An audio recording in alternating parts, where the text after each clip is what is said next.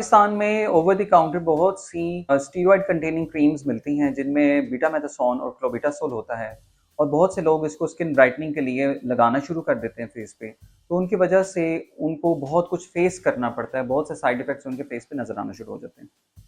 Hi, I am doctor Zainab Riza and I am consultant dermatologist and aesthetic physician. So आज हम बात कर लेते हैं कि जो स्टीरॉयड कंटेनिंग क्रीम्स जो कि मार्केट में डिफरेंट नेम से अवेलेबल हैं, like Betnovate, Dermovate, क्लोबीवेट and probate, ये सारी वो क्रीम्स हैं जिनमें होता है बीटामेथासोन और क्लोबिटासोल। बीटामेथासोन और क्लोबिटासोल ये दो वो स्टीरॉयड्स हैं जो कि पोटेंट स्टीरॉयड्स की कैटेगरी में आते हैं और अगर आप इनको फेस पे लगा लें फॉर स्किन ब्राइटनिंग के लिए तो उसकी वजह से आपको क्या कुछ फेस करना पड़ेगा।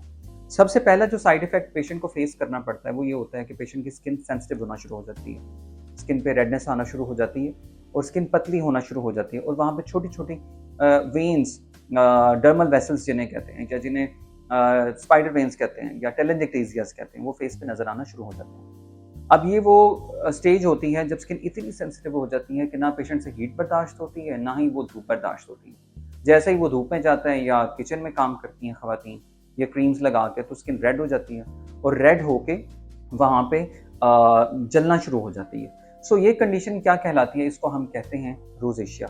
सो रोजेशिया के बाद जो नेक्स्ट स्टेप आता है कि जैसे ही रेडनेस थोड़ी सी ये कम होती है तो स्किन वहाँ से डार्क और टैन होना शुरू हो जाती है और वहाँ पे पिगमेंटेशन आने लग जाती है जिसको क्या कहते हैं, मेलाज्मा। जब मेलाज्मा आता है तो फिर उसके बाद अगला काम क्या होता है कि स्किन चूंकि बहुत ज़्यादा पतली हो चुकी होती है तो वहाँ पे स्किन लटकना शुरू हो जाती है, लूज होना शुरू हो जाती है और वहाँ पे फेस पे क्या आना शुरू हो जाते हैं, रिंकल्स।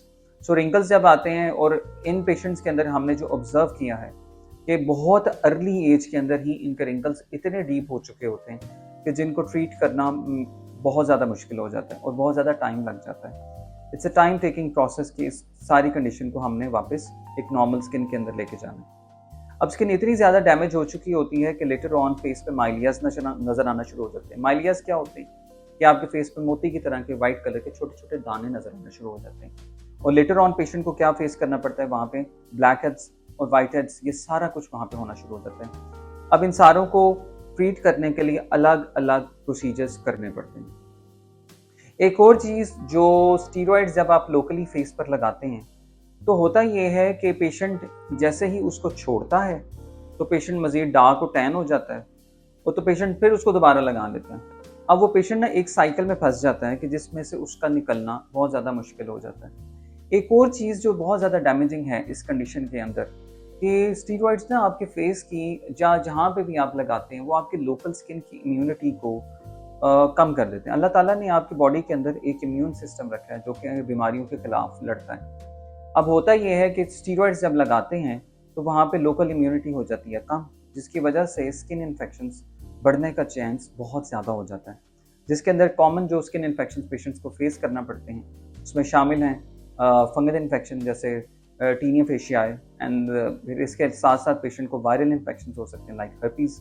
इसके साथ साथ पेशेंट को बैक्टीरियल इन्फेक्शन हो सकते हैं लाइक फॉलिकुलाइटिस या पायोडर्मा वगैरह। सो ये सारे वो साइड इफेक्ट्स हैं जो कि अगर आप स्टीरॉयड को फेस पे लगाएंगे तो ये आपको सब कुछ फेस करना पड़ेगा। नेक्स्ट वीडियो में हम बात करेंगे कि स्टीरॉयड, यही स्टीरॉयड्स आपने लगा लिया बॉडी पर फॉर डिफरेंट पर्पज़ के लिए तो उसके साथ आपको क्या कुछ फेस करना पड़ सकता है।